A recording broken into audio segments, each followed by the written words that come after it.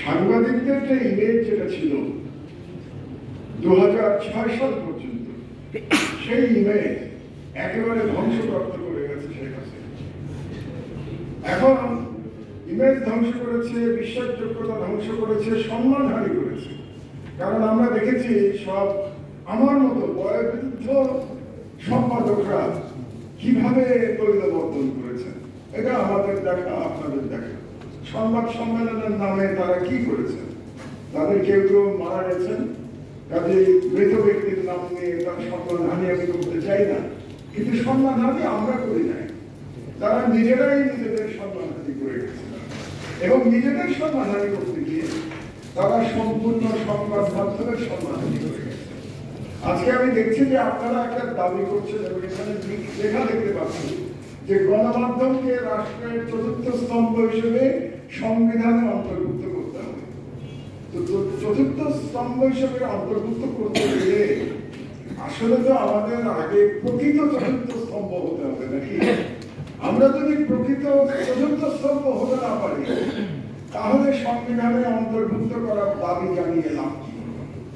আমরা গত 17 বছর, বিশেষত গত 15 বছর, 17 বছর বলতে আমি মঈন ফখরুদ্দিনের আমলটাকেও ধরছি, বিশেষ করে 15 বছরে আমরা যে চতুর্থ স্তম্ভের সব মর্যাদা আমরা নিজেরাই ধ্বংস করেছি। আপনারা হয়তো বলবেন যে আমরা তো তার জন্য দায়ী ছিলাম না, রিপোর্টাররা তো তার জন্য দায়ী ছিল না। আমি একমত আপনাদের সঙ্গে, কারণ অধিকাংশ সাংবাদিক সংবাদকর্মীরা এর জন্য দায়ী ছিলেন না, কিন্তু মুষ্টিমেয় যারা দায়ী ছিলেন তার জন্য বাস্তবতা হচ্ছে জনগণের কাছে সাংবাদিকের আগে সেই সম্মান নাই। তাহলে এই সম্মানটা আমাদেরকে ফিরিয়ে আনতে হবে।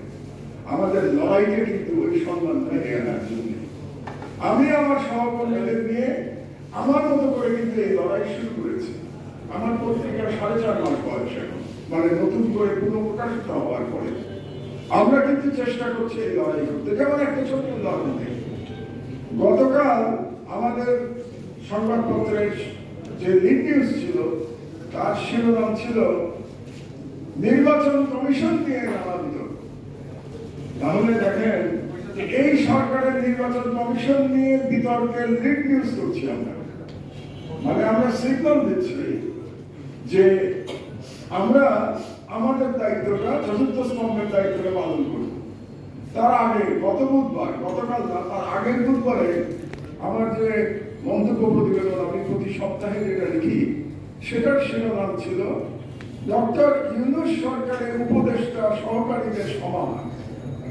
এই হেডিংয়ে বুঝতে পারছেন যে এটা একটা তির্যক হেডিং, এবং তির্যক হেডিং এর লক্ষ্যকে ডক্টর ইউনূস সরকার। অথচ এটা ঠিক, ডক্টর ইউনূস সরকার আছে বলেই আমি এখানে বসে আজকে বক্তব্য দিতে পারছি। এই জুলাই বিপ্লব হয়েছিল, যার পরিণতিতে ইউনূস সরকার এসেছিল বলেই আমি আমার নির্বাসিত জীবন থেকে দেশে আসতে পেরেছিলাম। এই সরকার এসেছিল বলেই আমার দেশ আমরা আবার চালু করতে পেরেছি। প্রায় 500 সাংবাদিক বেকার জীবন থেকে 11 বছর পরে তারা আবার কর্মজীবনে ফিরে এসেছে। এটা জানা সত্ত্বেও আমরা সরকারের যেগুলো ভুলভ্রান্তি সেগুলোতে ছাড় দিচ্ছি না।